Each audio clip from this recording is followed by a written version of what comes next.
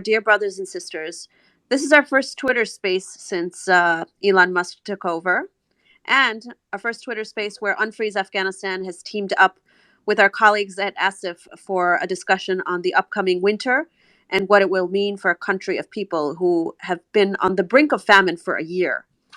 A recent UN report has predicted that more than 1 million Afghan children are, quote, estimated to be suffering from the most severe, life threatening form of malnutrition and could die without proper treatment, end quote. And 6 million Afghans are at the risk of famine. I have my co-host here, Tawab Hamidi, who's the executive director and co-founder of ASIF, and I'll bring him in a little bit later. But I want you to know that the session is being recorded and that there will be time for audience question and answer. We really only ask one thing, that you be respectful to our speakers and to our space. And we're in a real, we're in for a treat because we have an opportunity to speak with some of the most talented people working on Afghanistan together in one Twitter space, talking about what is really the worst humanitarian crisis in the world, now facing, entering its second year. And the people of Afghanistan are top of our hearts and minds as we begin this space. So first, I'll introduce myself, Masouda Sultan. I'm a co-founder of Unfreeze Afghanistan. Unfreeze Afghanistan was formed after the collapse of the government last year in order to advocate for the civilian population of Afghanistan and to work on the problems that they face. Tawab Hamidi is my co-host, like I said. From ASIF, he's the co-founder and executive director. Tawab, would you like to introduce ASIF? Sure. Thank you so much, Masouda. It's an honor to be a co-sponsor with Unfreeze Group towards this noble cause and to be in the company of our esteemed guests. So ASIF, Afghan Sustainable Economic Foundation, advocates for the Afghan people in two main ways. We pursue for better policy to stop the collective punishment of all Afghans through blanket sanctions. And we also work on innovative models of charity that empowers Afghans economically in a sustainable way by providing them jobs and skills. We're a fairly new organization, so we'll leave it at that. Thank you. Masouda, back to you. Thank you. So I'll go ahead and quickly introduce our speakers. Kathy Gannon is a Shorenstein Fellow at the Harvard Kennedy School of Government.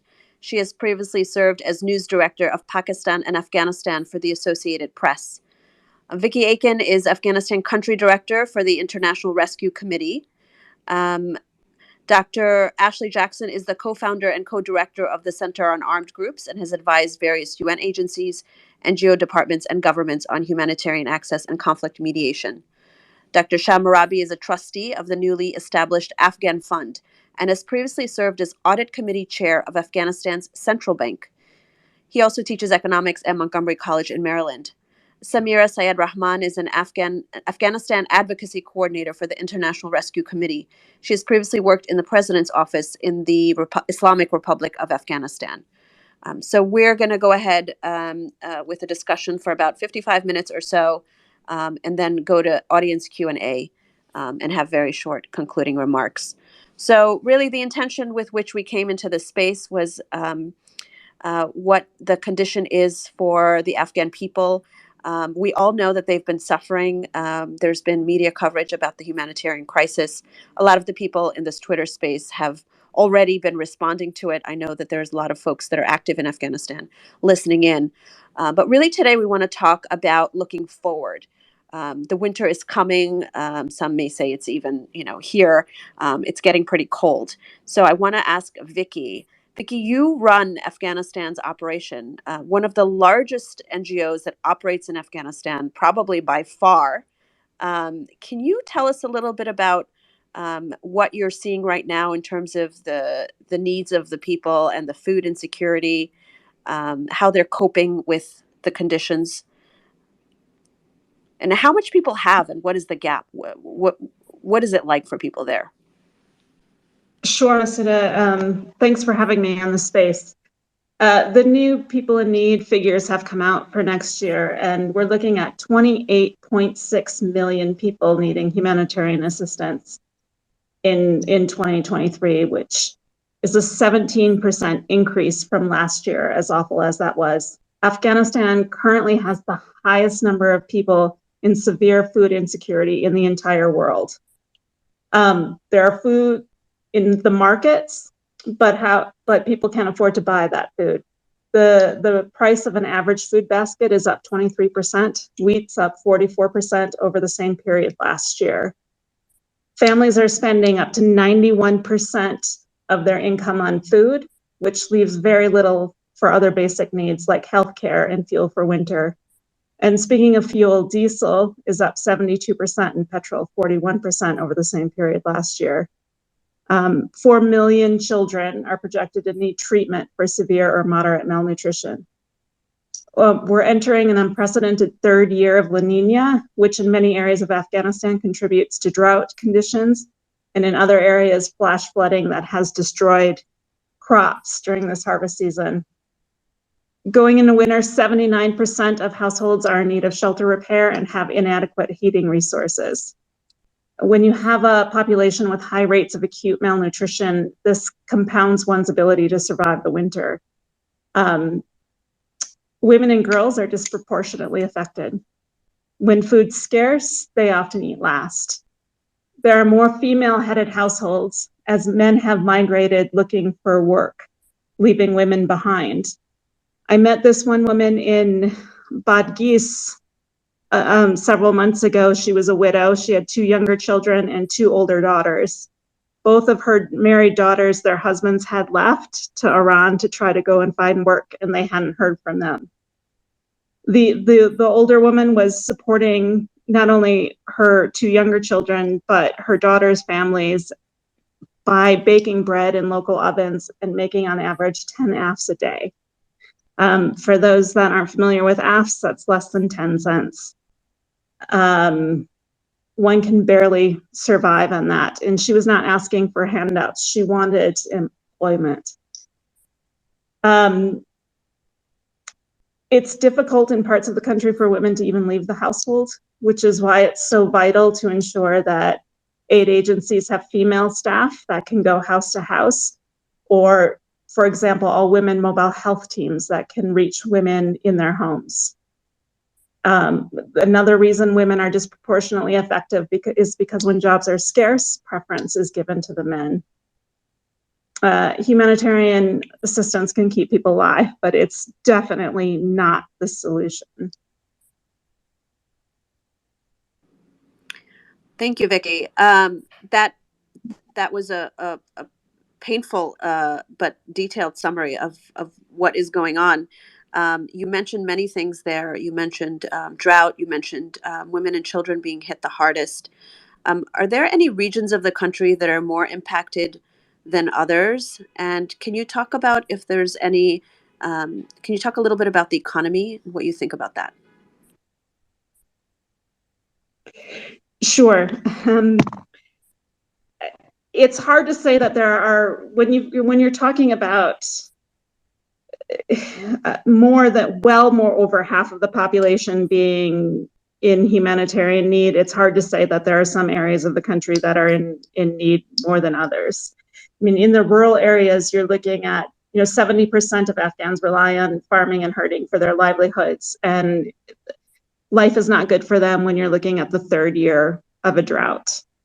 But there's also migration into the urban areas, and there's no jobs in urban areas. And so if you pass a bakery, I've lived here almost 6 years now, and I've never seen the number of people just sitting out in front of these bakeries hoping that people will buy bread for them. If you go into the hospitals and clinics, we have clinics in 12 provinces all across the country, and every one of them are filled with women and malnourished children. So it's really difficult to say that there's any particular province that's more affected than others. Thank you. And I wanna pick up later on this issue of how malnourishment is, how you assess it, and how widespread it is. I want to ask Kathy, bring her in. Kathy, what's what are you seeing in terms of media coverage of this issue and just of Afghanistan in general? Yeah, very good question, and thank you so much for including me. Such a brilliant group of people. The media coverage, of course, has fallen off. News interest, of course, gets overtaken by other other conflicts. The Ukraine conflict, of course, has dominated. But what I want to say about news coverage is, for me, the it's not just about the last year. It's about the concept of covering a country, as opposed to covering a U.S. led invasion, as opposed to covering a specific group that's there now that was there before. I think that the coverage too often has been reflected a narrative that was set outside of Afghanistan, so that the world really doesn't know that much about Afghanistan and Afghans. And so that sense of being able to relate and understand and really feel for people that are devastated. And you know, Tawab, which is a remarkable initiative about jobs. 20 years, 40 some countries were in Afghanistan, and the jobs that were created were so few. The poverty level in 2019, long before, was 34%. So all of those, all that information and how it impacts Afghans, told in a way that is about Afghanistan and about the people, so that the rest of the world can understand Afghans, Afghanistan, the country. I think we've not done our best job at that. And so, while yes, the coverage in the past year has certainly dropped off from those heavy coverage of the withdrawal, the evacuation, where it was so focused, and of course the dramatic images. Um, but I think that the issue of media coverage and news coverage spans a much larger time frame, and it has had a much larger impact in making in making people less aware of Afghanistan and less able to understand and empathize with Afghans and Afghanistan. I'm not sure if I went off topic there. Yeah, no, I mean, I often get asked why people should care about Afghanistan when there's so many other humanitarian issues around the world. And my response is often that, you know, we in the US have been in that country for 20 years. That's why we should care about what happens Well, there. yeah, I'm sorry. I guess I'm not really. When the U.S. troops were leaving, I mean, I've been covering Afghanistan since 1986, so we weren't there covering the U.S.-led invasion. We were covering Afghanistan. That's what we were supposed to be doing. We were covering Afghanistan, and there was much before 2001, and and so yes, of course, why should people care about Afghanistan?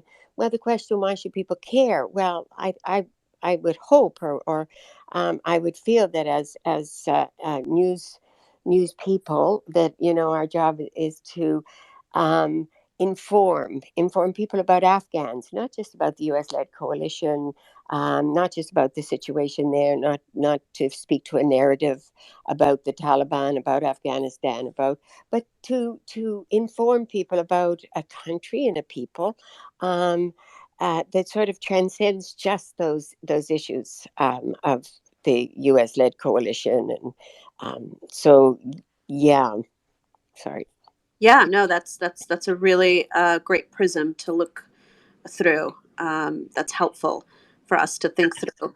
Um, as we were talking about the humanitarian issues, it came up. The economic issues are very much tied to what is going on. This extreme levels of poverty and hunger, and we have the great honor of having Dr. Mehrabi on this call. Dr. Mehrabi is an economist.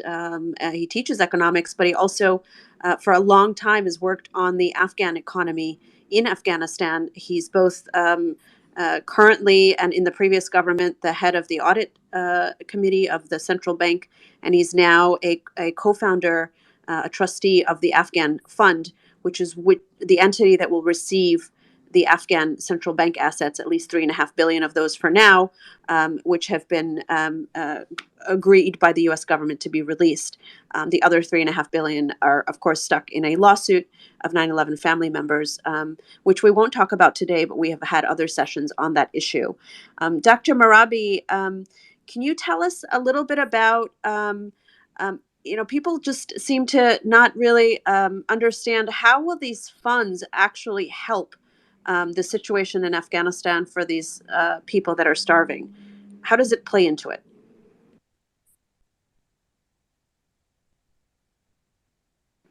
Can you hear me, Dr. Mehrabi? You're muted.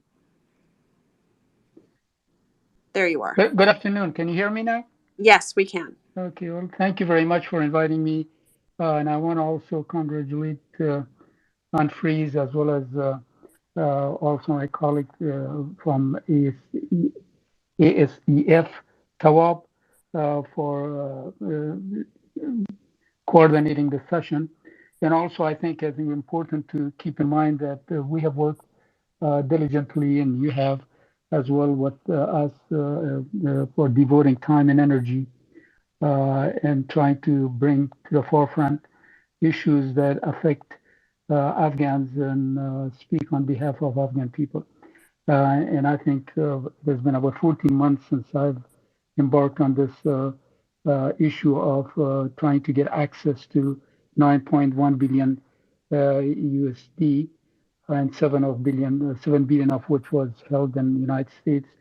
And I think you talked about the fact that indeed through political decision of Biden administration, the 7 billion were split into two, and 3.5 billion in reserve from the Afghanistan bank was set aside to be litigated for 9/11 victims, and then the other 3.5 are based on President Biden direction to be devoted to help Afghan people.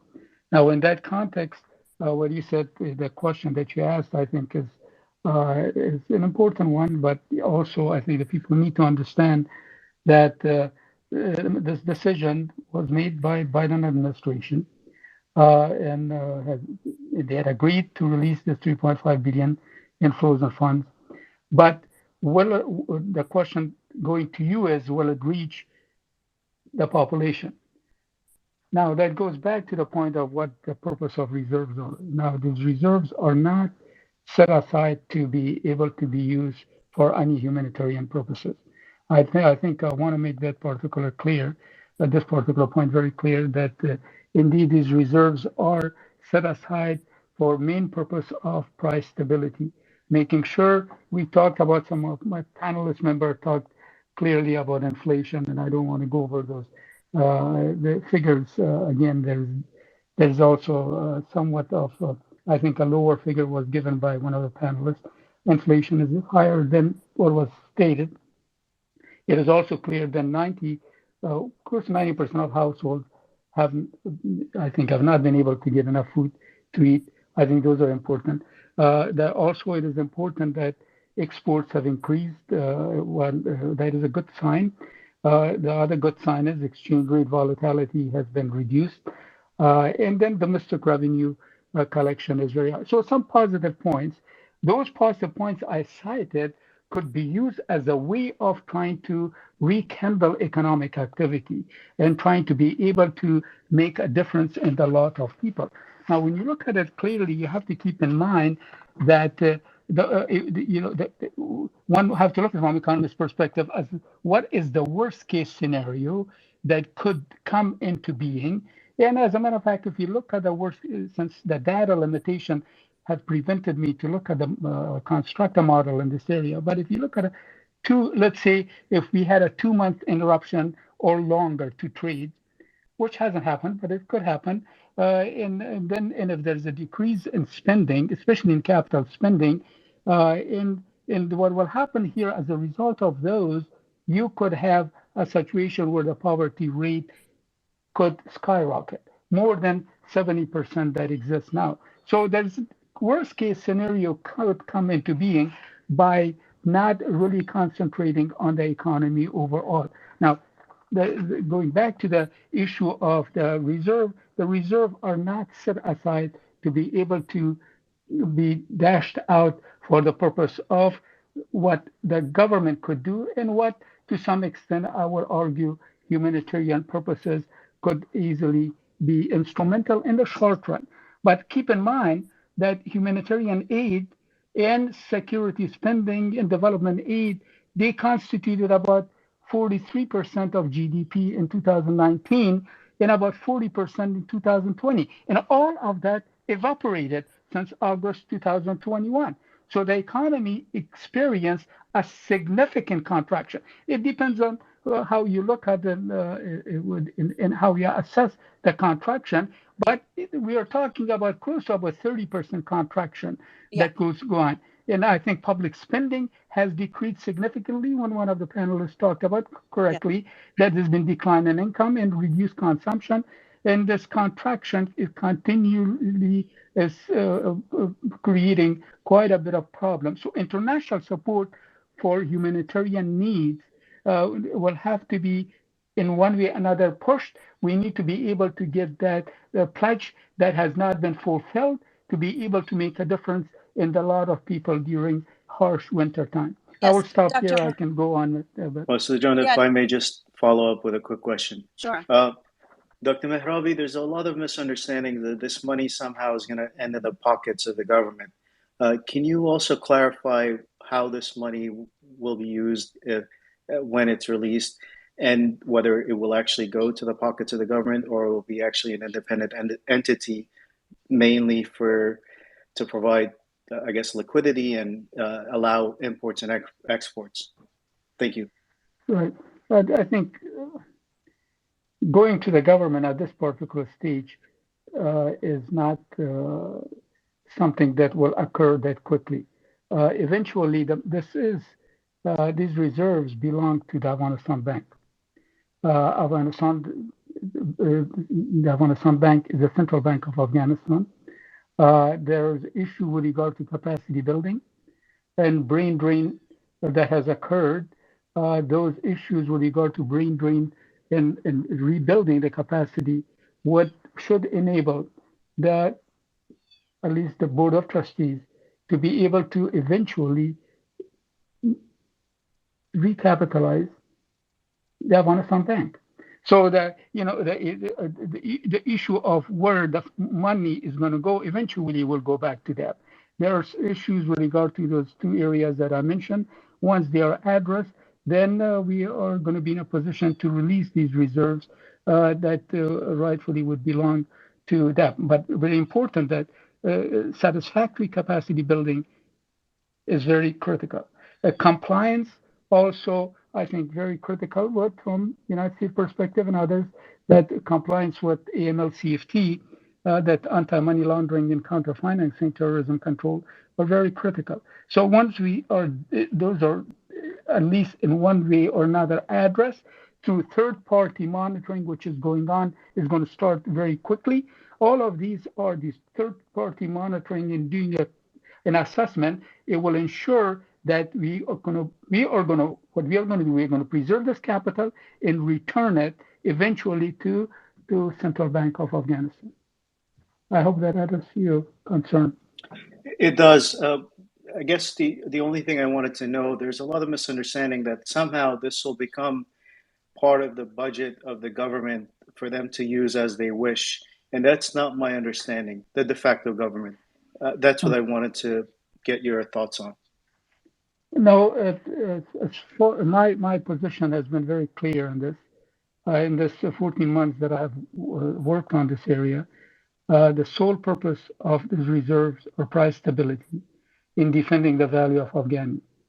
And I had argued all along and still argue that once this third-party monitoring is done, and that is an independent monitoring that I had suggested all along, with an audit, which we have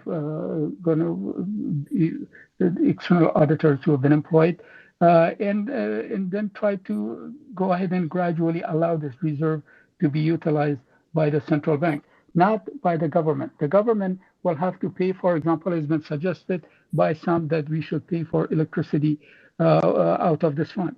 That clearly electricity payment would have to be done by the Ministry of Finance of Afghanistan.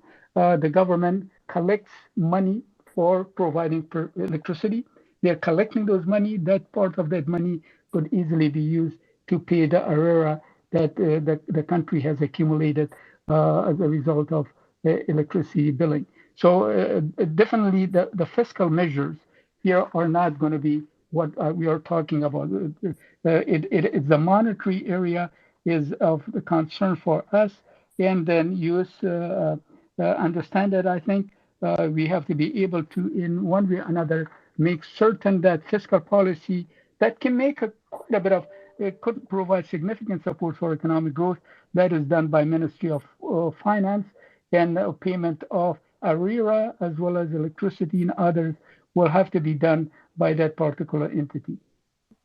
Thank you, Dr. Sayed-Rahman. Please feel free to move forward. That was helpful, Dr. Mehrabi. I think there's, in addition to those concerns about government getting, the Afghan de facto authorities getting their hands on the money, there's the other concern of how soon can this money have an effect on the Afghan economy? Because ultimately, what we all are hoping for is that Afghans get money in their hands so that they can get out of this crisis. So I think that's something it sounds like nobody knows the answer to yet, because it's quite complex to understand what the Afghan de facto authorities are going to do to get in line with the requirements by the United States in order to inject this money into the economy with its guardrails and monitoring and technical capacity needed. And that brings me to this question of humanitarian aid. We're also short 55% on the money that the UN is raising for humanitarian purposes. So I want to ask Dr. Ashley Jackson. You've done both a lot of research on the Taliban, but you're additionally been talking to donor nations. You're an analyst. You follow aid issues. You yourself have an aid background as well as analyzing armed groups. I wanted to ask you what the current authorities are doing to help with aid delivery, and what can they do? And then in terms of the aid gap, what's on hand versus what's needed, what's happening there? Thanks. Thanks, Masida and Tawab, and thanks for having me. I think we could have probably a whole Twitter space on the challenges of aid delivery in Afghanistan right now, so I'll try and be as organized and concise as possible.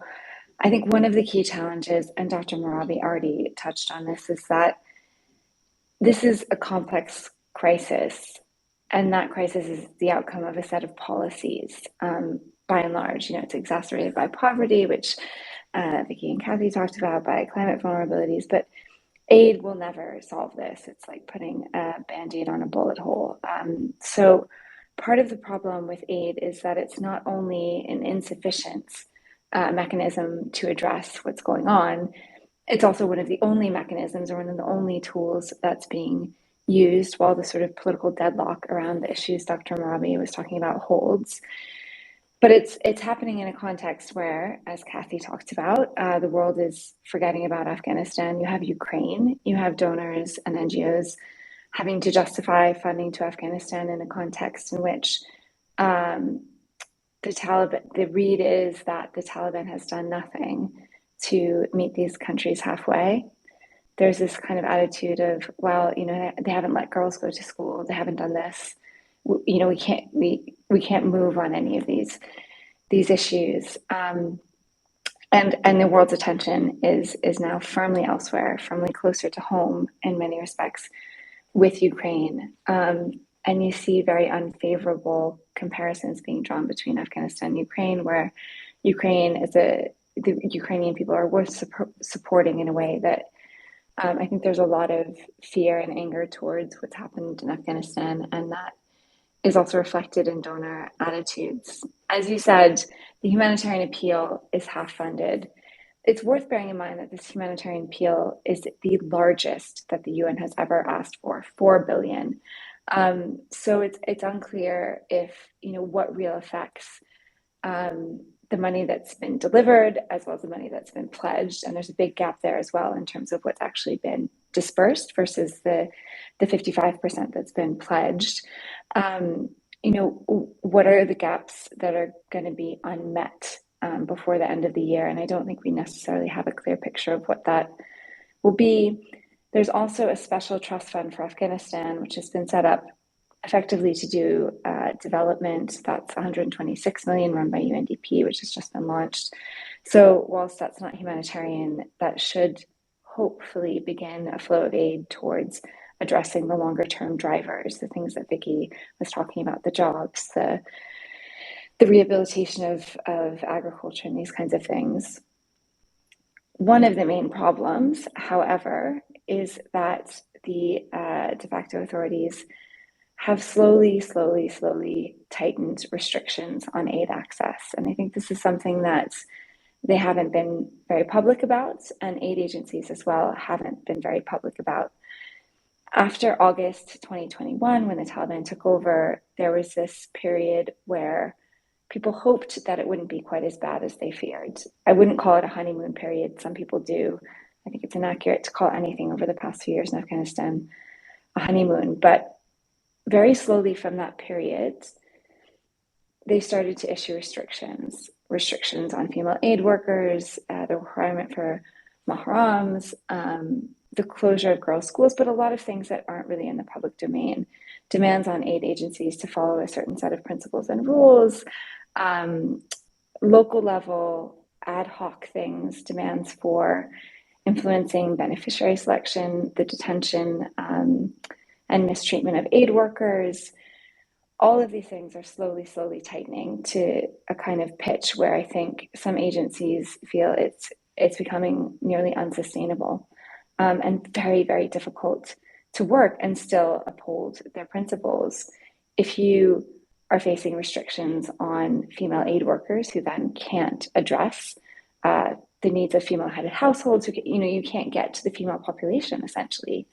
If you can't create beneficiary lists based on what you believe the need is without local officials interfering, if you can't guarantee the safety of your own aid workers, then what do you have? So I think the very clear question for the Taliban government is, do they want humanitarian assistance? Because if this continues like this, it will become untenable, even more difficult than it is. So I think part of what humanitarian agencies are doing now is trying to advocate to local authorities, trying to educate them on the humanitarian principles, trying to do this kind of outreach. And OCHA has spoken about this as well, efforts to sensitize local officials to the boundaries of what they're allowed to demand and their role in coordinating assistance. But I think it's very uneven. And there is a general hostility and a mistrust of aid agencies coming from the central authorities in Kabul. On an individual level, I'm sure some people welcome it, are easier to work with than others, but you have to remember the aid coming into the country is political capital. Whoever can kind of control that or capture that will try and do so to further their own political objectives in the government and whatever else. So all of which is to say, as the humanitarian crisis is deepening, as winter is approaching, the government is being, in many respects, profoundly unhelpful. But I'll leave it there and hand it back to you, Masuda. Masuda, if I can follow up to Ashley. Yeah, of course. Ashley, there does seem to be a deep level of distrust between some NGOs as well as, I guess, even the journalistic community and the de facto government. What can be done to bridge that trust deficit so it will not impact aid? Are there anything being done to bridge that trust deficit? That's a very important question. So I think what aid agencies and the UN have done by and large is try to quietly negotiate with the Taliban, have tried to, they have very little leverage, right, in this situation, but they have some. And we know certain things about dealing with this government. We know that confronting them in public is not the wisest approach, right? Quiet, consistent, advocacy and a coordinated approach among aid agencies to say, this is what we can do, this is what we can't do, this is what we need you to do as the de facto authorities, is about all they can do. And I think they've been very smart in trying to do that consistently, doing it on an interpersonal level, both with national level authorities, but also with local authorities. Remember that, you know, some of these restrictions, they vary district to district, let alone province to province. So a lot of it has to be done simultaneously with local authorities who may be rotated in or out. There may be an order to forcibly return people in a certain province, and you have to negotiate that at multiple levels, figure out who's making the decision, and do all of that in a way that's very quiet, very respectful, and doesn't create a backlash. So I think that quiet, private approach is smart in many ways. But I think a lot of what we're seeing in terms of restrictions on journalists and on aid agencies is a reflection of the internal politics of the Taliban, and some of the things going on inside the movement, inside the government. And I don't know that anyone can really influence that. The only thing you can control is how you respond to these demands. And even that, I think there's very limited room for maneuver, which is a very imperfect answer. But I think that's fine. I guess what I was after was two things. One, is there a national level NGO association that can just tackle these items? And subsequently, what's actively, you kind of answered this, but I think there needs to be more done to bridge that trust deficit, because a lot of these things can easily be remedied if there is a bit more trust between both sides. And that's like the hallmark of this government, that there's a severe trust deficit between them and many other groups. Yeah, no, absolutely. I would completely agree with that assessment. I mean, Afghanistan, and Vicki and others would be able to speak to this as well, has a number of coordination bodies and convening mechanisms, whether it's ACBAR, which is the NGO Association, or OCHA, the Humanitarian Access Working Group. I mean, a number of other fora, INSO, which looks at security dynamics and plays a role in supporting NGOs to negotiate and collect information to understand what's really going on across the country. So luckily, I think there are a lot of these bodies around that can, you know, help bring people to a common position or to help share information. But in these circumstances, even that I think is incredibly difficult. And you have to make sure, even when it comes to coordination and these kinds of things, the de facto authorities are very suspicious, right, of any sort of coalition building or anything that looks like a threat or a confrontation. So even that, I think, has to be done very carefully if people want to retain presence and access and all of that. Thank you, Ashley. Masada, I think you had some additional topics, so I'll hand it over. Yeah. Yeah, actually, I just wanted to mention that some of you have been asking if you can, how to submit questions. You can write to the Unfreeze or the ASIF Twitter account your question, and we will try to get to all of them. I want to, we've been talking about really the effects, and Samira is on the ground there in Afghanistan and Kabul right now. I want to bring her in to talk about what she's been seeing, and I know she wants to also address some of the some of the economic issues that she's seeing as well, playing out in real time. Samira, John? Thank you, Masada. I hope you can hear me. I've been having some connectivity issues. We can hear you perfectly. All right. Thank you, Masada. As you mentioned, the continued economic crisis, it continues to be the main driver of the humanitarian crisis, whereas in the past, it had been conflict. Dr. Mehrabi touched on this briefly, but the development assistance, which financed most of the previous government's service delivery, has been halted. What we are talking about here is around over $4 billion of on-budget funding through the Afghan Republic at the time, with billions more in off-budget development funding. The authorities have, revenue collection has been so far on par, if not increased, given that they now have access to 100% of the country. However, this remains far below the cost of providing essential services. We've seen, these policies and sanctions and, banking restrictions have had a significant impact on an already struggling economy. I mean, Afghanistan wasn't exactly in the best of situations prior to August, let alone with such restrictions put in place.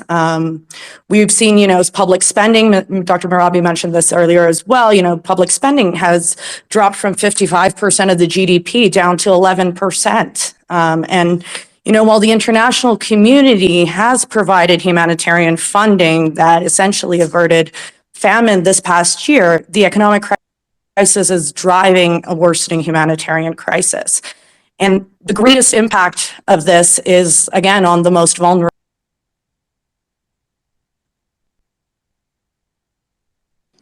We lost you, Samira John. We can't hear you. Are you there?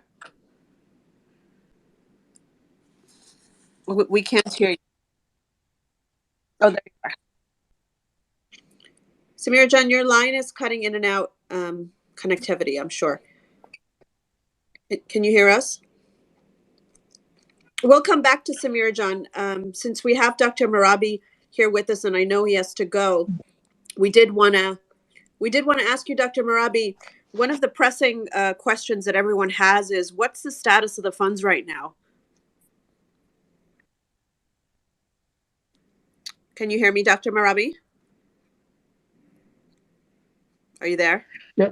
Yeah. What do you mean by status? What with regard to? Yeah, people are wondering, have they gone from the U.S. to Switzerland? What's No, where? it has not been transferred yet.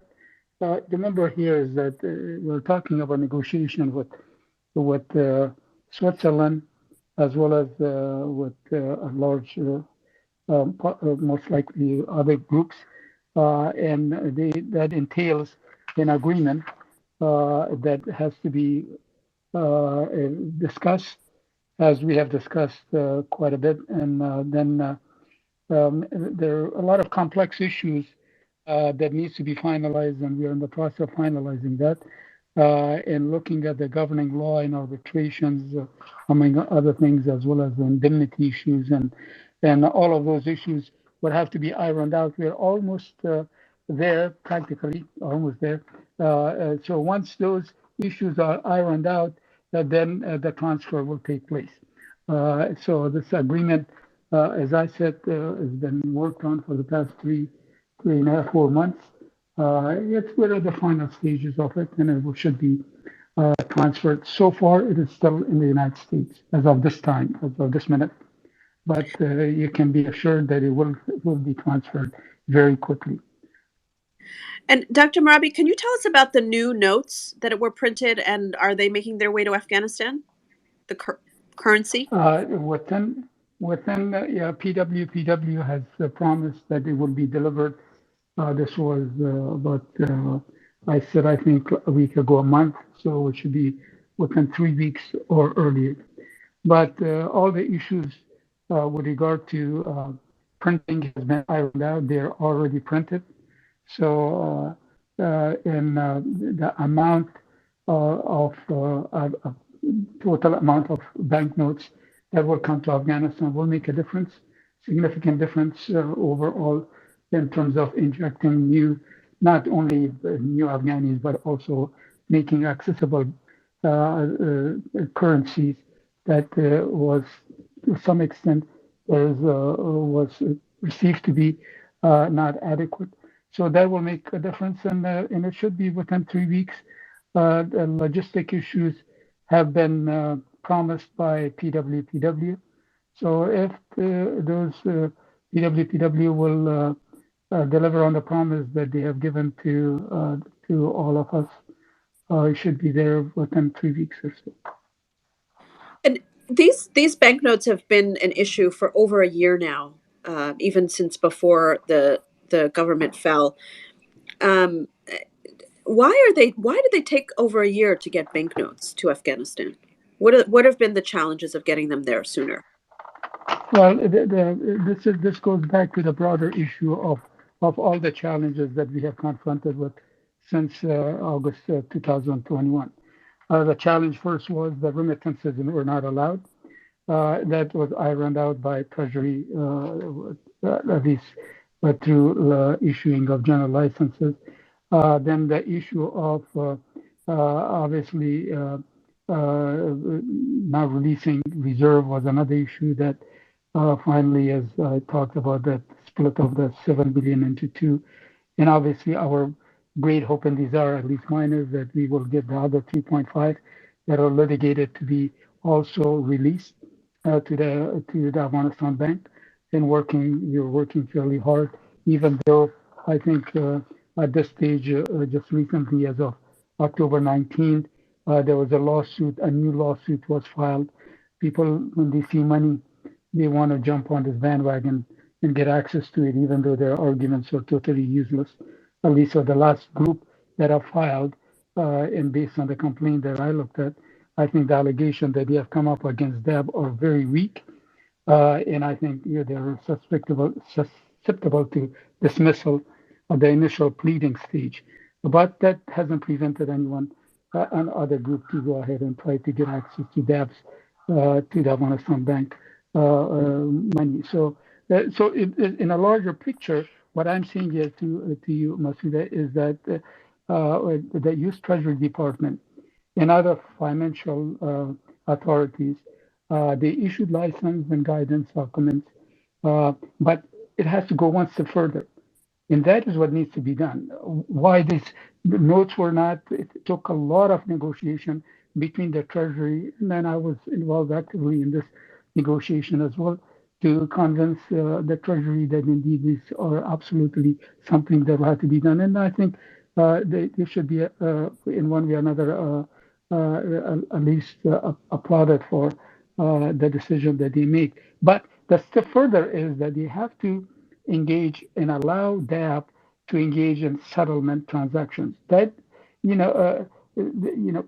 settlement transaction that they could transact with private banks, and so to process all these incoming dollar deposits. NGOs have problem. UNICEF has a problem. The UN Development Program problem. They all have still a problem. That problem has not been solved. That has to be done. Red Crescent, I heard from the head of them that they have been severely affected. Now we're talking about winter coming up, and Red Crescent has been very instrumental in trying to provide the needed funds for the poor Afghans, and that will have to be settled up. So there has to be a mechanism. We are working on that, so to be able to resolve these particular issues that are still lingering.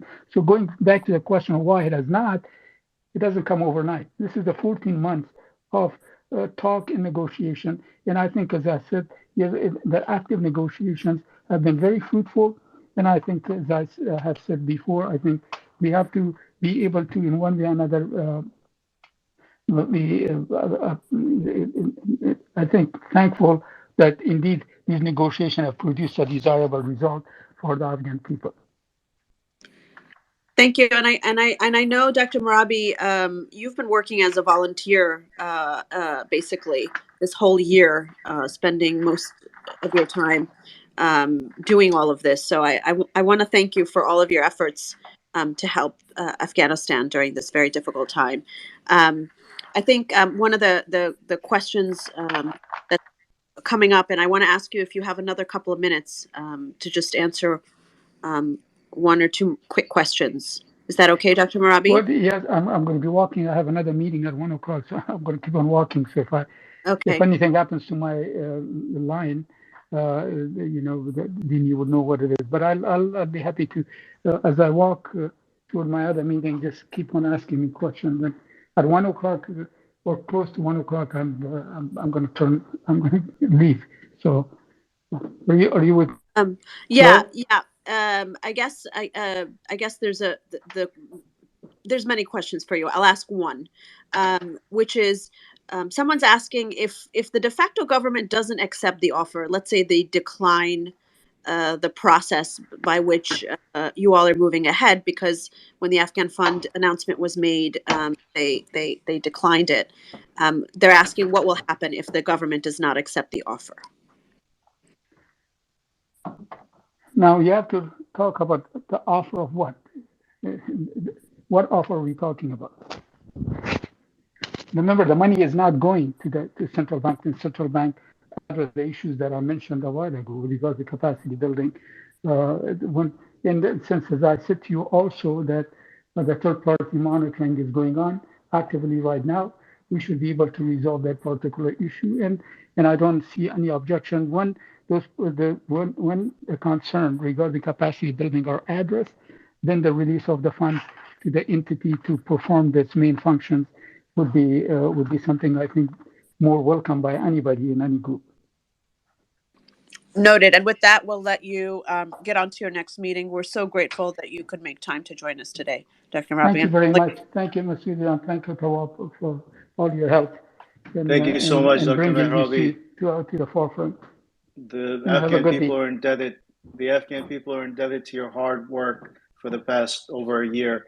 So I wanted to really thank you for all of everything you're doing. Thank you. I think you all should be thanked. I'm not the only one. You guys have done quite a bit, and I'm appreciative of everyone, all my panelists that I listen to in their effort in this area to make a difference to the life of ordinary Afghans. They all should be commended and thanked. And I wish you all a good day. Thanks. Hear, hear. Thank you. Bye-bye. I understand that Samira John is connected through Vicki's account. I know there was some connectivity issues. Can you hear us, Samira John, Vicki John? Yes, we can. Can you hear us? Yes, loud and clear. I'm sorry about the earlier. I wanted to get back to you. No worries. I don't know exactly where you stopped hearing me. I think I was going on for a few minutes while I was talking.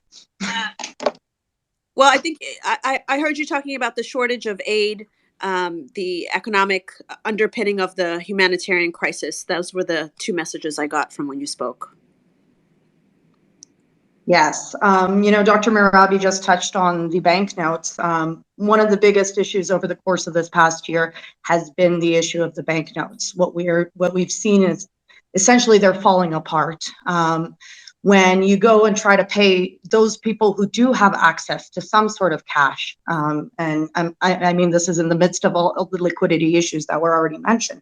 Those who can access cash are often getting, 60 cents on the dollar when they're trying to go and purchase food. And when it comes down to it, again, it's women that are disproportionately affected. If you have a male going into a shop, he's going to be getting some good notes. If you have a woman in poverty who's going into a shop, she's going to get the worst of the bunch. And then she is unable to use those notes. So this is a very welcome step that the payment for the banknotes has occurred. And we hope that they arrive in country in the next 3 weeks, as Dr. Mehrabi was saying.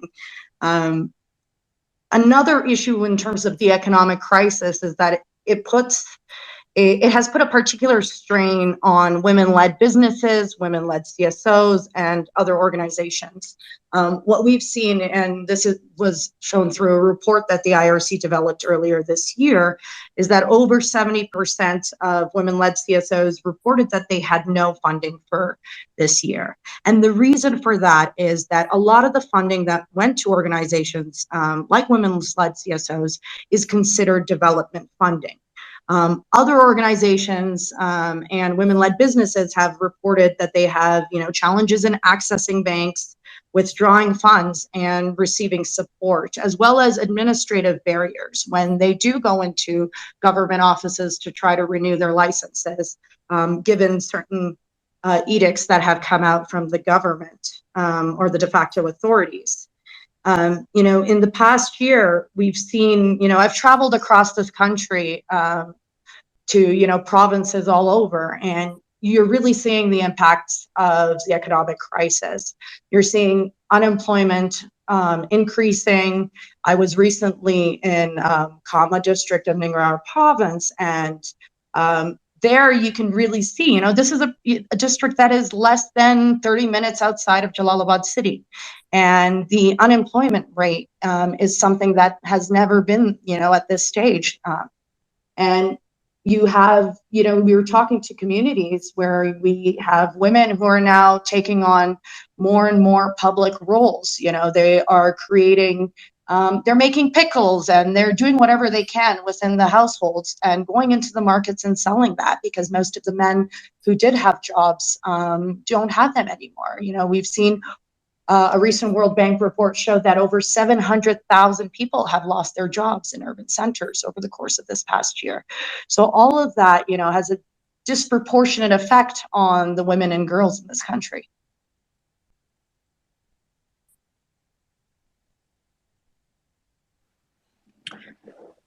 Samira John, on another note, with this upcoming winter, unfortunately, multi-year drought, will North and Northeast region, which gets heavier winters, snow, will they be affected any differently than the rest of the country? I'm assuming yes, but I'd like to hear your thoughts. Yes, we are expecting a very cold winter, but at the same time, I think the issues are going to be persistent across the country. We have areas that have been affected by natural disasters this past year that haven't recovered yet. There's been the floods we've seen in Pakistan have also affected Afghanistan. We've had that horrific earthquake earlier this year in Paktika and Khost, where many of the families and people living there have not yet had their houses rebuilt. And this comes at a time, where winter is coming very quickly and the humanitarian appeal continues to be underfunded.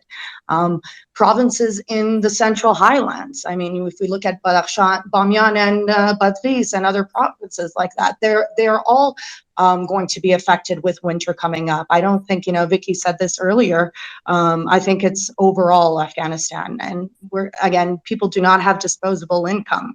They cannot afford to, say, purchase firewood or, purchase fuel with rising global fuel costs. All of this is going to impact, I think, large swaths of the country. Thanks. On a related note, I believe Vicki mentioned that there were 4 million children who are malnourished, extremely malnourished. Now, one of the challenges, I have a healthcare background, so this opens up, this causes a domino effect, because if you've got those kids who are malnourished, and let's assume, hopefully, that they survive, they will also, even if they survive with those extreme malnourishment deficiencies, vitamin deficiencies, mineral deficiencies, they can be impacted for life. You're looking at mental disabilities, growth disabilities. This will have an impact on the healthcare sector. This will have an impact on the families. Am I wrong to think along those lines, or do you guys see this? Is this a issue? And also, the healthcare sector is fairly light to begin with.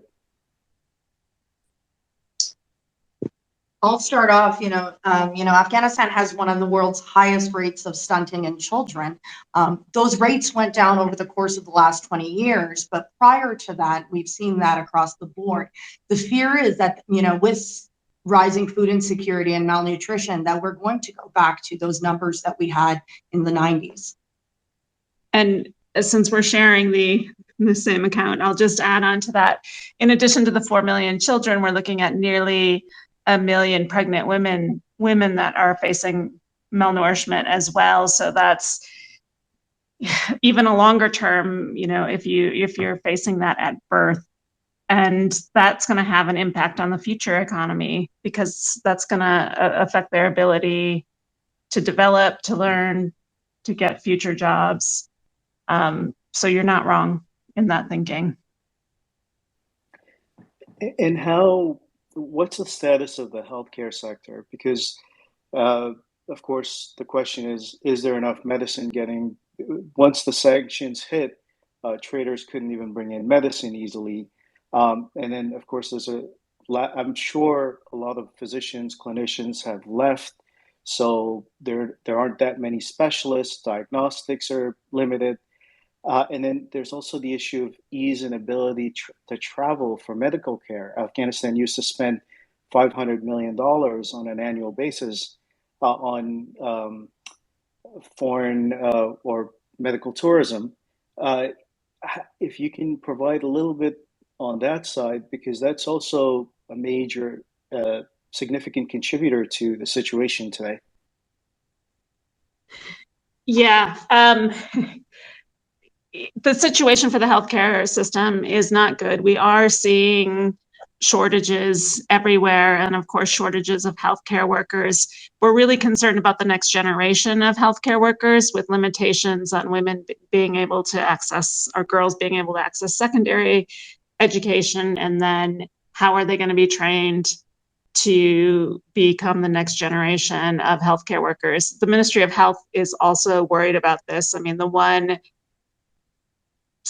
I don't want to say bright spot, but the Minister of Health is actually a technical minister that is sincerely looking into the health situation and trying to end corruption in the healthcare system, which, you know, we have seen over the years. There are opportunities now for healthcare delivery in areas that haven't had healthcare delivery in the last 20 years. They're still negotiating on the next round of it's not called Sehat Mandi anymore, but the next round of healthcare funding. But there needs to be, given the conditions that there are currently, there needs to be a whole new assessment of the healthcare system that includes the Ministry of Health, because you're never going to have a sustainable system if you exclude the ministry. But this is really closely related to education for girls, if we're going to ensure that women continue to have access to healthcare in Afghanistan. Thank you, Vicki.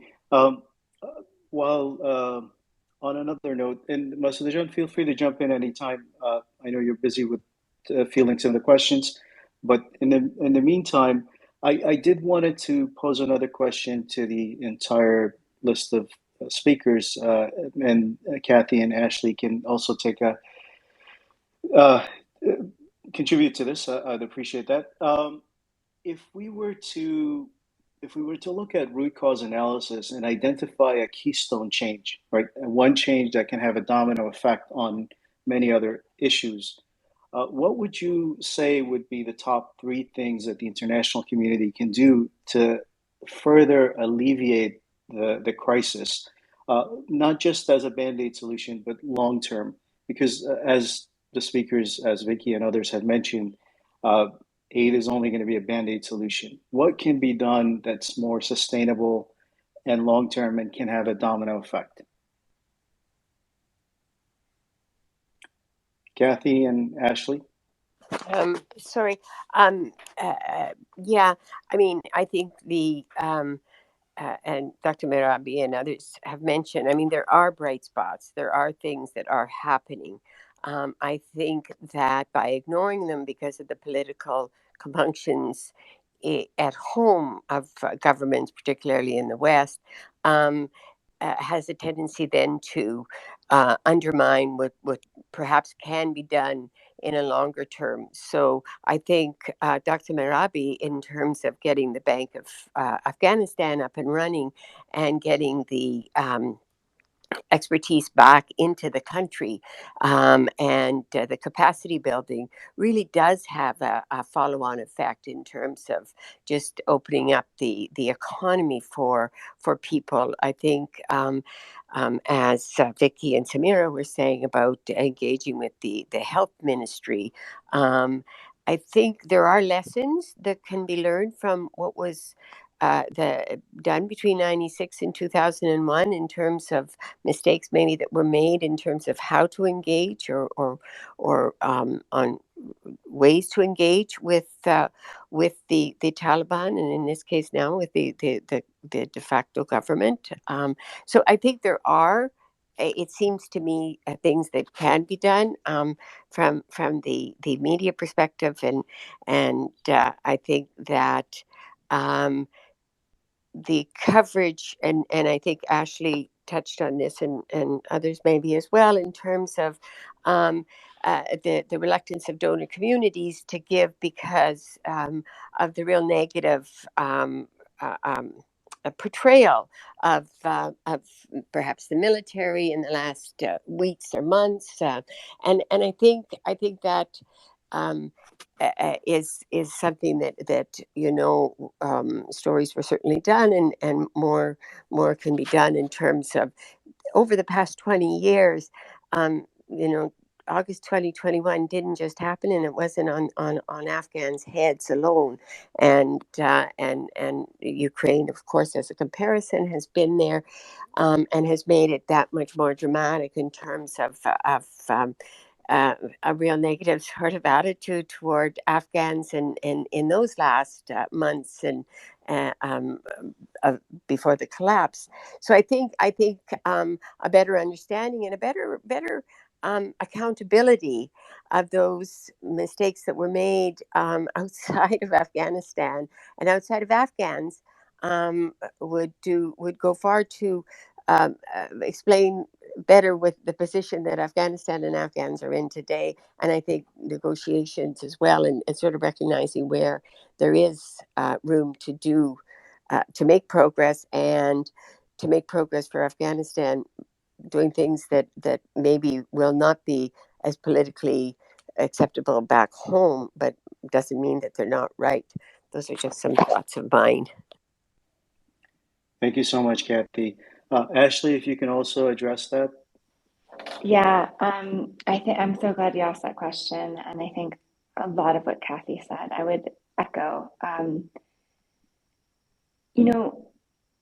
Part of like my first reaction listening to that question was like, oh God, if only there were kind of a solution, a path forward. But the truth is that it's many steps, and I think part of it is really identifying those opportunities that do exist and not being overwhelmed by the magnitude of suffering and of bad, short-sighted policy by not only those outside of Afghanistan, but the de facto authorities as well. I think it is important. I was encouraged when Vicki and Samira were talking about the Ministry of Health, and those opportunities exist at local level as well. And I think part of the lessons from the 1990s, talking to people from Swedish Committee or elsewhere, really what endures is those local level negotiations that allowed them to continue running schools in parts of the country very, very quietly.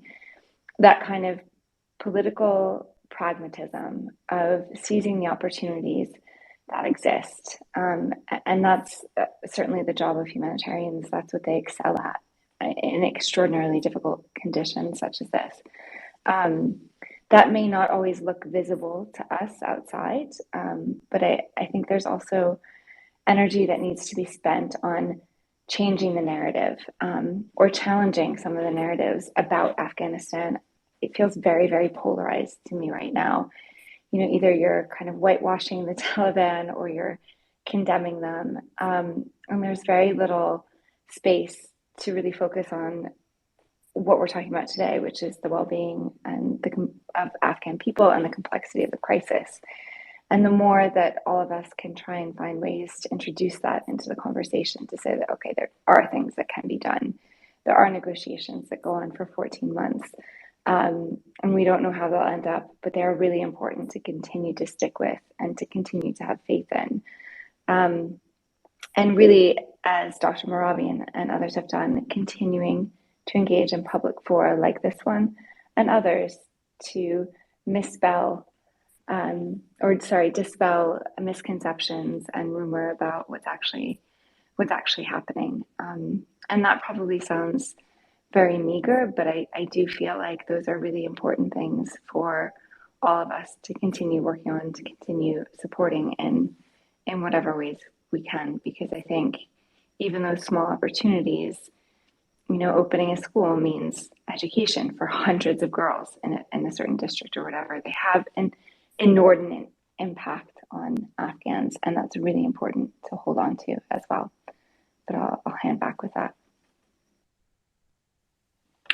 Thank you, Ashley. Yeah.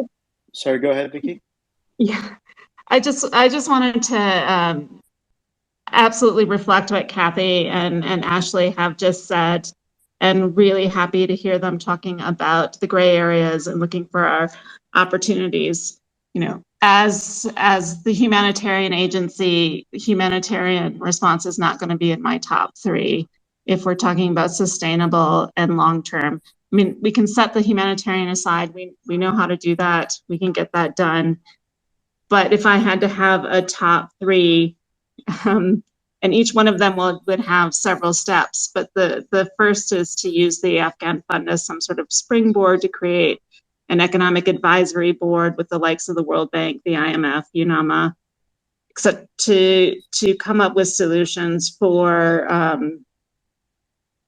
restarting the economy and having a climate where there are more opportunities, job opportunities, et cetera, for the people of Afghanistan. The second, I would say, is to extend and adapt the ARTF to ensure that it's fit for purpose. The ARTF was designed to deliver funding through the government, and that is no longer possible. And also many of the programs focused on only certain areas of the country. Why, as one of the opportunities is the whole country has opened up now, and we also need to address the needs in the areas that have been neglected. And then the third, and these aren't in order of priority, but we absolutely have to address climate change in this country if we're going to be able to produce enough food for the population. And given that 70% of the population, I will repeat, are dependent on agriculture for their livelihoods, this is a must. So looking at climate smart agriculture and DRR programs are essential. Thank you so much, Vicki. On that note, when it comes to agriculture, I was speaking with the former Minister of Industry and Commerce. One of the things he mentioned is that a lot of course, Afghanistan is mainly an agrarian economy. A lot of farmers this year had challenges exporting their goods, mainly to Pakistan. Do you have any information on that? I know that in the past there were corridors made, air corridors, to try and ship some of those goods out, but of course, in the past year, that's all come to a standstill. Any information on that? If there's any movement? I know India just announced yesterday that they're going to start the air corridor, but I think that's more for people going back and forth. I'm not sure if that's for trade purposes.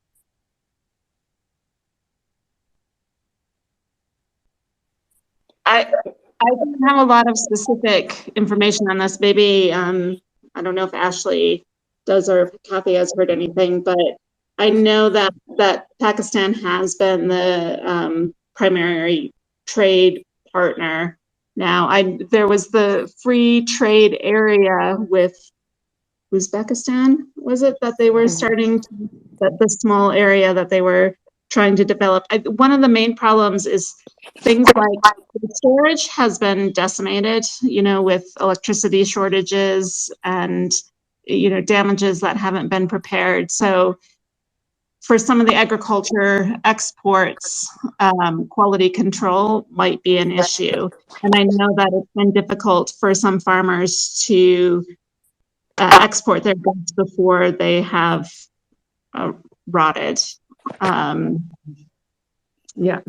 Yeah, if I could jump in a little bit, I understand and that for the first time, Afghanistan had a surplus, a export surplus with Pakistan.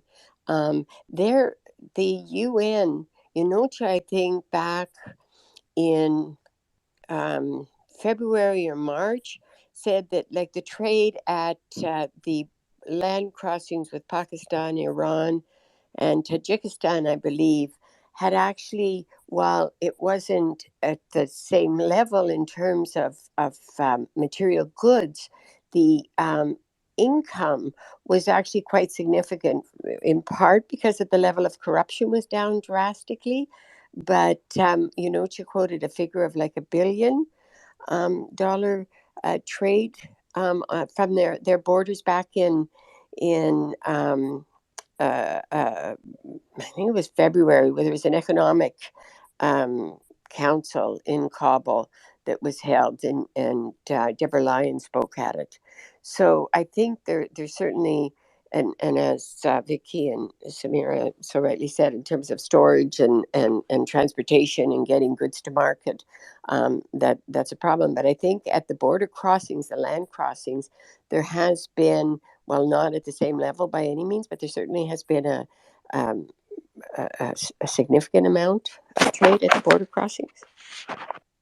Yeah, I'd just like to add on to what Kathy was saying, that that significant amount of trade hasn't necessarily been agriculture. It has been natural resources, particularly coal. Thanks very much. Yeah, I didn't realize that. Thank you. Thank you for that feedback. And that's what I'd read as well. So I've got two questions. One from Noor Ahmad. Noor Ahmad, if you want to, we'll open up the session for Q&A. Please be concise and limit your time to less than a minute. Noor Ahmad, you can open up your mic and pose your question, and specify the individual that you're posing your question to.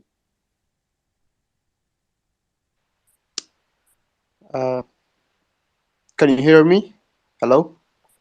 Yep, we can hear you. Yeah, I'm sorry, I have to say this because in Afghanistan sometimes you end up speaking and then people don't hear you, so that's why I wanted to confirm. Nope, you're good. My question is it's more referred to the donor agencies. So far that I have observed in Afghanistan, traveling through provinces over the past year and more, I've seen the inefficiencies of aid agencies, specifically international aid agencies. I will just give you one example of some hygiene and health conferences or initiatives that have been initiated by IOM and other aid agencies in Afghanistan. And so basically what happens is they go to provinces and far-fetched villages and districts where hygiene is not so taken seriously, and they provide training sessions to the locals.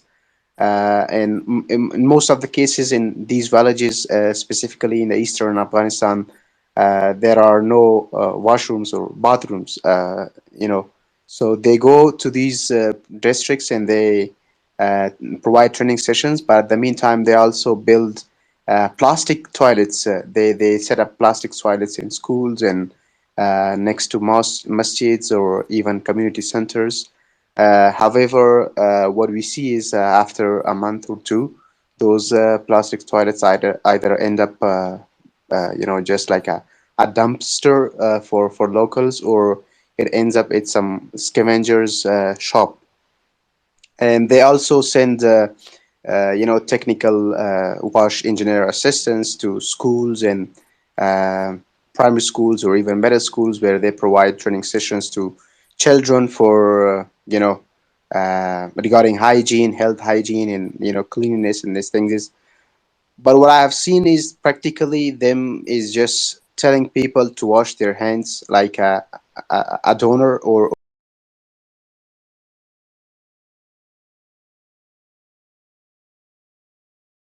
a guy that they hire, wash engineer, goes to a school and just talks there for an hour, and basically he gets paid there for like $1,200 or for $1,400 or even $2,000 for this job.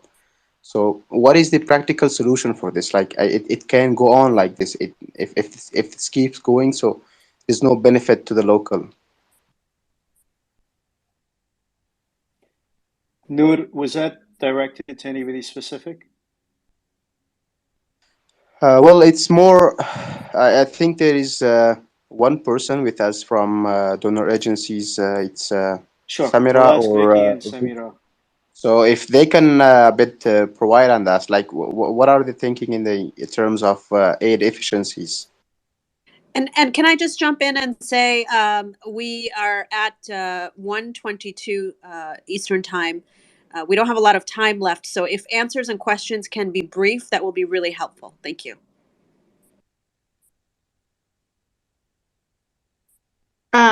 Great.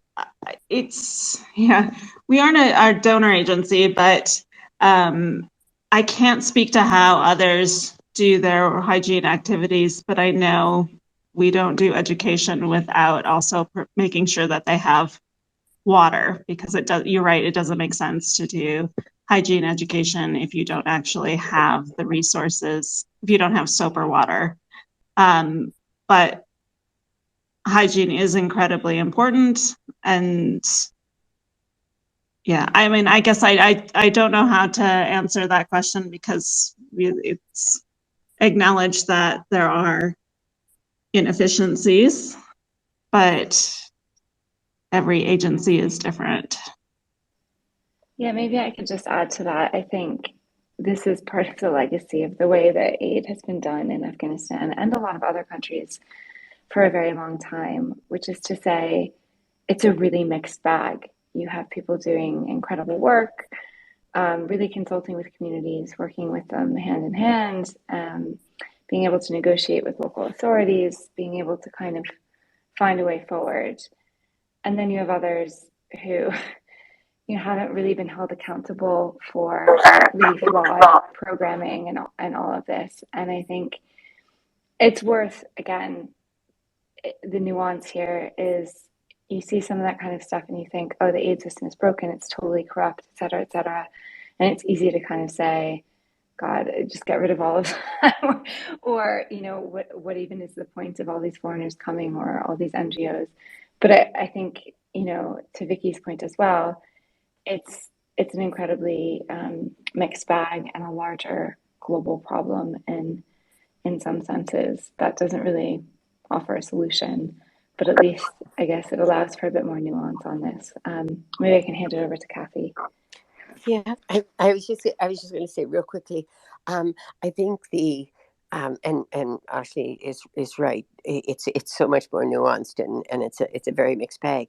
But I think one thing I noticed in different parts of the country was that there was really seemed to be a real gap in discussions with local people, with Afghans, and in finding out exactly what they need and how they need it. Building huge things, but generators without any electricity in areas that couldn't sustain certain constructions. So I think, as Ashley said, I mean, it is a very much a big mixed bag. But if I could say, Afghanistan has a great deal of resources, both in terms of intellectual, technical, and post 2001. The thing that struck me so much was that how perhaps the in-country resources were just either not understood or known, and so we're not utilized and really mined. And I'm not so sure that's changed much post 2021, but it's a huge, it's important, very important question. Thank you, Kathy. There are two additional questions that we'd like that have been posed. One of my close friends, contacts, was really keen to participate in this event and pose her question.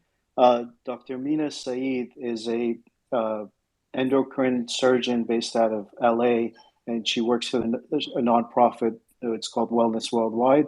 She's been doing humanitarian work for in Afghanistan for at least 20 years, and she focuses on providing care for children with cancer and complex diseases in Afghanistan, and currently engaged on working with a new cancer center in Kabul University. Dr. Mina, if you can unmute yourself and pose your question, whatever you wanted to say, as well as the question, I'd appreciate it. Hi, can you hear me? Loud and clear. Very good. Thank you for the opportunity to chat a bit. I'm just briefly going to talk about a healthcare crisis, part of the healthcare crisis that's been overlooked, and that's the treatment of cancer and other complex diseases that require surgery. So this is the 4th year that I've been working with children with cancer in Afghanistan. For perspective, in high-income countries, the survival rate for children with cancer is 80%. In most low and middle income countries, it's 20%. In our experience with Afghan children, we have found that only 7% live. There's not a single pediatric or adult cancer center in Afghanistan, and about 1,500 new pediatric cancer cases occur every year. As you know, families can't afford this care. They cannot afford to take their children abroad.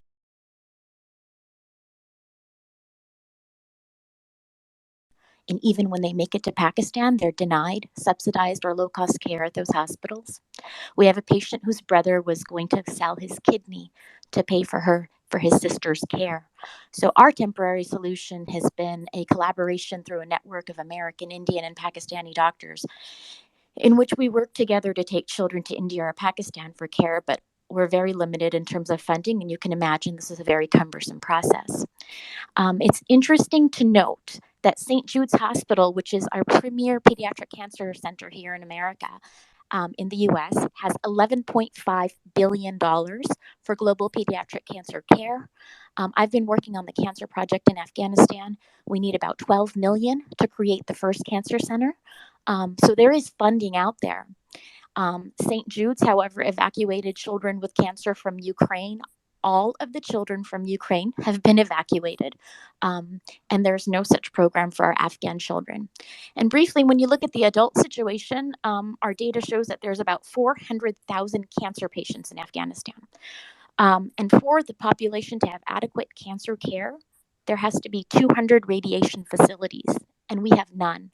And radiation is specifically extremely important because so many of our patients have non-curable disease, and we need radiation to give them palliation. I mean, we see children with severely large tumors that are invading their bone, and we get videos of them screaming in pain.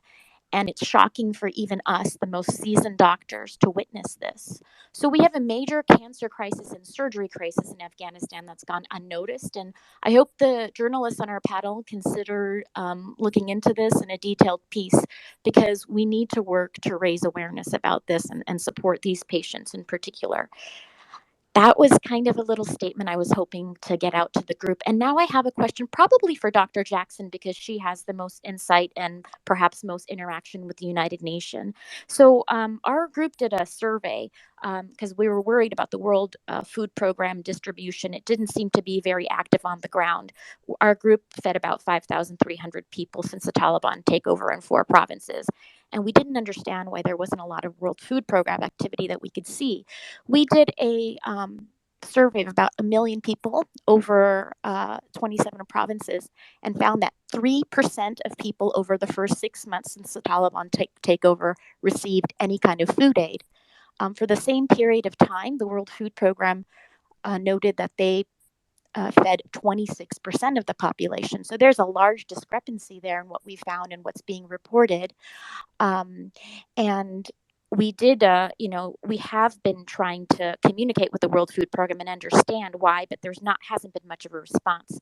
Furthermore, there is funding out there. Okay, so the World Food Program reported that they spent $1 billion in the first 3 months of this year. Our organization, from our standpoint of our cost, showed that there's 1.2 billion. If you pay 1.2 billion in funding, you can feed the entire population of 70% for 1 year. The World Food Program reported that they spent $1 billion in the first 3 months of this year and fed 35%. So my question is, it seems like a very closed system, the World Food Program and the UN. How can we start to engage and start to look into the efficiency? I think the other person who was talking about the hygiene was also getting at this in terms of the inefficiencies that we're seeing. How do we bridge this gap? How do we communicate in a system that seems very, very closed? Thank you. Can these, Top John, I'm wondering if, I know that we're at time and I always like to be respectful of people's time. So I'm wondering if this question can be addressed with final statements. What do you think, Top John? Yes, there is one other question from Jeff. Should we, and he's been patiently waiting. I can just quickly mention his question and then we can address both questions and then subsequently go to final statements. Is that the final statements? Yeah, I think they absolutely mentioned his question. I know it's a quick one, and then people can just maybe respond in their final statement. Sure. So Jeff's question was directed to Ashley and or Samira and Vicki regarding FUSE, Famine Early Warning System. He stated that they no longer have staff on the ground. Is there any negotiations going on with the de facto government to try to get their personnel back in the country? And FUSE is a USAID funded program. It should be classified as a humanitarian program, not development. And of course, Jeff is on the ground in Afghanistan. I follow his Twitter pictures avidly. With that said, we can go to closing statements and address both of those questions. We can start off with, I guess we can start off with Kathy and then move on. Sure. Yeah, I'm sure the other ones are better able to address these issues, but certainly Mina's in terms of funding available for cancer hospitals, for all the children from Ukraine were brought in. I think the understanding of Afghanistan and the needs of Afghanistan by particularly the West has always been through the prism of the West and through the prism of its agenda and its demands and its needs, as opposed to Afghanistan and understanding Afghanistan and Afghans and the needs. And no question, as reporters and journalists, we have that we bear also responsibility to look beyond narratives set out in Western capitals. But I think that these questions, Mina, that you asked and were very pertinent. But I think the West has to look at how they look at Afghanistan. And rather than looking at it through the prism of their capitals, they really take a good hard look at the country itself, its needs, its capabilities, and its qualities. Taking everybody out of Afghanistan or taking the evacuations really spoke to what the West thought of Afghanistan, which is still a country that has 38 million people with a tremendous amount of talent and extraordinary. So I guess I just wanted that to be my final statement, is that I think the capitals in the West have to look at Afghanistan through perhaps other prisms other than what they want out of the country. That's my last statement. Thank you so much, Kathy. Ashley, and then we can go to Vicki and Samira. Sure. I think you just responding to the questions that were directed at me. Of course, I don't work for the UN anymore, or certainly the World Food Program.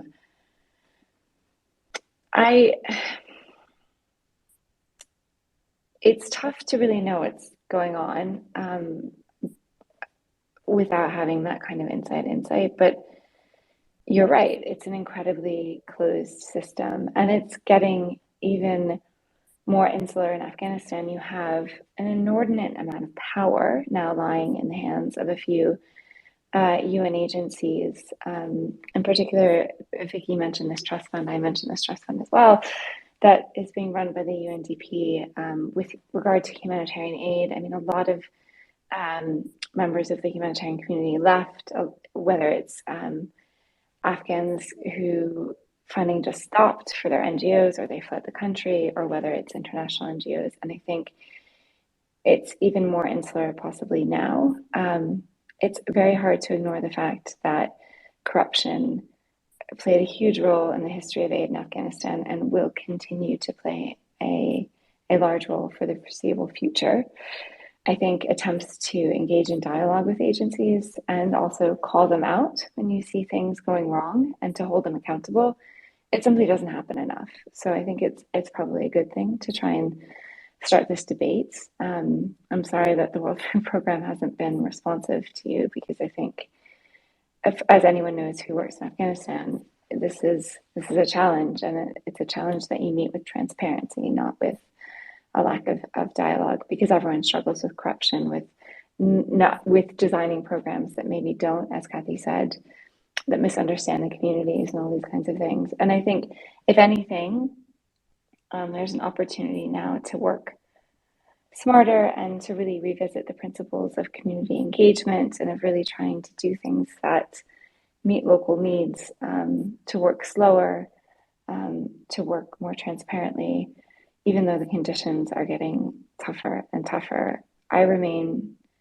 really optimistic in some senses about the kinds of people who are working on the ground, trying to maneuver around all sorts of restrictions and within the economic collapse, doing their absolute best. Yeah, of course, there are others who are doing completely inefficient and out of touch things, but there is a core of dedicated people who consistently want to do better.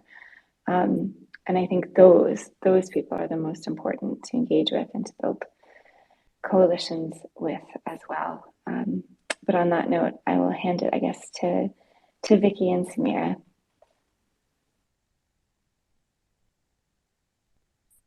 Thank you.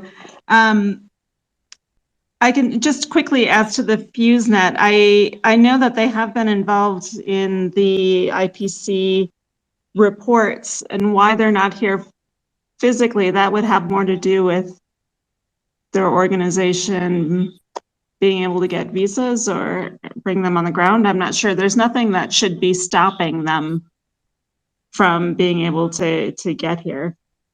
I haven't heard of any other agency that really can't get people in if they want to. On the WFP issue, I do want to say that I'm usually the first person to speak out against how UN agencies are running some things.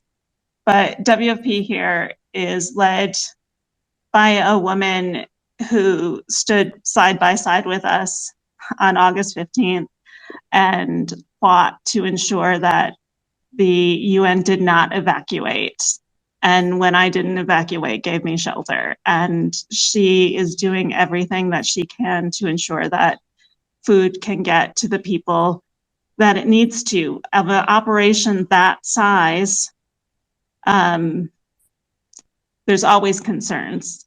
You know, in a country this big, they deliver most of their food through local NGOs, but they also face international procurement rules and UN rules. And I know that they're looking at ways to purchase more food domestically, but you have quality control issues and different, you know, the bureaucracy that prevents solutions that we would like. And as opposed, or as for like surveys and people saying that they haven't received aid, we see this all the time, even in places where we know we've just given them aid, because people feel like if they say that they have received aid, then they're not going to get more. So there could be some survey bias in there. So I don't want to throw WFP under the bus, but everybody can improve the way that we are delivering aid. It's just there's incredibly difficult conditions here right now. So I'm going to hand over to Samira. Thank you.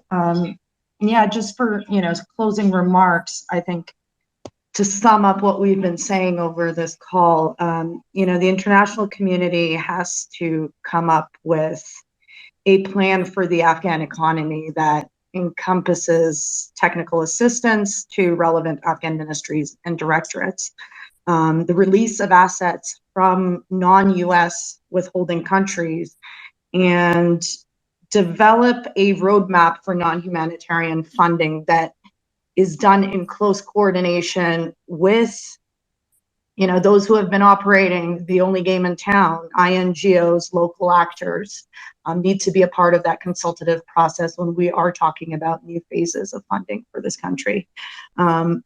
With the cessation of violence, we are now able to access parts of the country that we have never been able to.